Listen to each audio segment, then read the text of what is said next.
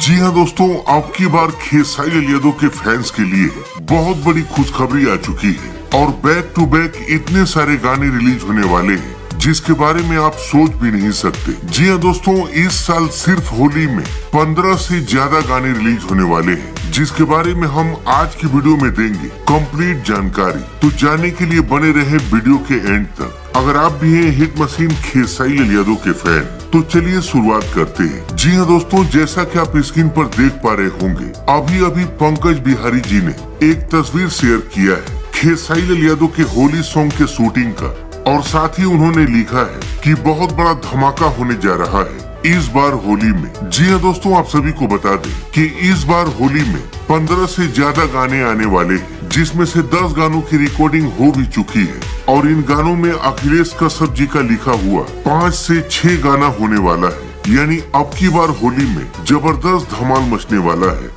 अपने hit machine Khesari Lal Yadav का। तो बस आप लोग थोड़ा सा इंतजार कीजिए, बहुत जल्द इन गानों का पोस्टर और टीजर आप सभी के बीच रिलीज होने वाला है। फिलहाल दोस्तों, आप देखना मत भूलिएगा अपने हिट मशीन खेसारी लाल यादव का धमाकेदार सॉन्ग झगड़ा 2.0 का फुल वीडियो कल के दिन सारेगामा हम भोजपुरी चैनल पर सुबह 7 बजे, जो काफी जबरदस्त गाना होने वाला है। तो इसी के साथ मिलते हैं अगली वीडियो में।